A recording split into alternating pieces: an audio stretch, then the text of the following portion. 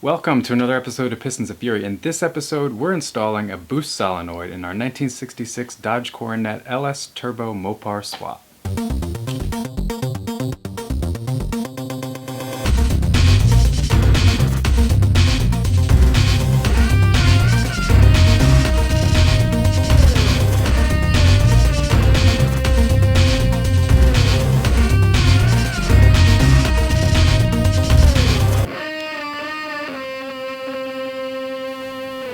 So one of the last things I need to do to call the engine compartment complete is get my boost solenoid plumbed, which is what I have right here. So this is a standard Mac 4-port boost solenoid.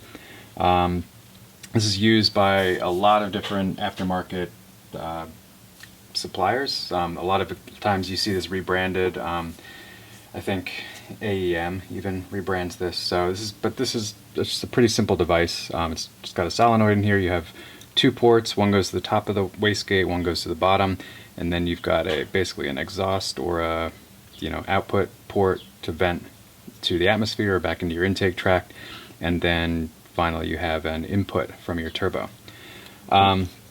So basically we're going to use these quick quick connect or push to connect fittings. So you can buy these on Amazon or wherever. A lot of times you can get this all as one kit, but I assembled this on my own. So these are just 90 degrees, so we go from 1/8 inch NPT to 1/4 inch tubing, which is what I have here, this blue tubing. And one small detail is these holes are really small. So this is a 3mm screw or bolt, right? Kind of with a Phillips head. I couldn't find these with a Allen key or a hex head, so we're just gonna have to make do with this. And one of the things I'm going to be doing for this project is making a little bracket for this, so I don't just have it zip tied randomly to something like you see a lot of times. So this is a little template I made out of cardboard. So we're going to be using this, and I've got some stock aluminum here that we're going to use to make our little bracket. And then once we get that made, we're basically going to tap two holes, drill two holes in the aluminum, and thread those for these two screws, and then we'll be all mounted and ready to start running some of our tubing here. So let's get started.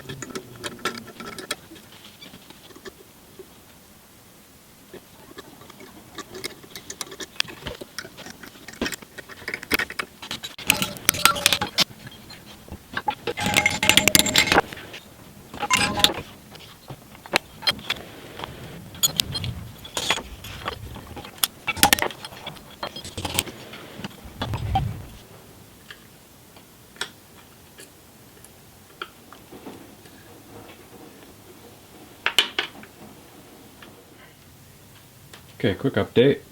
Made another trademark, really ugly bracket, but I think it'll look okay when I finish and paint it. It'll kind of blend into the background, so that's the good news. So yeah, kind of mounted up. This is where it's going to live. So now I get to the fun part. I've actually already put some. These are straight quick connect fittings or push lock, push connect. I don't know, they have a bunch of different names. But anyway, they're in my wastegate, so now we get to actually start running some of this hose that we have. Excited to see what it looks like. So let's jump in.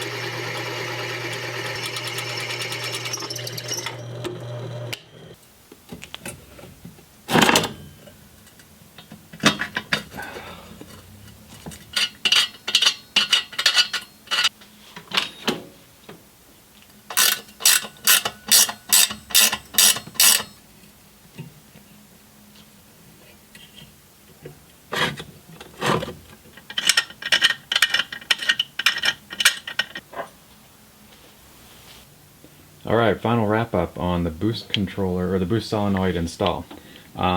So here we have it. This is my aluminum bracket that I made, and here are my push lock fittings. This nice blue hose. So basically how it works is I've got two ports here on the wastegate. They go into this side of the boost solenoid. It does its magic and determines, based on the pressure that it sees from the turbo here, which is this guy. That was kind of the last thing you saw, was me tapping that. Basically what it sees there, and then depending on what signal it's getting from the ECU, it's going to determine how to open and close the diaphragm there. And then finally, just this, you can really vent this anywhere, but I just vented it back into my intake pipe. So that's it.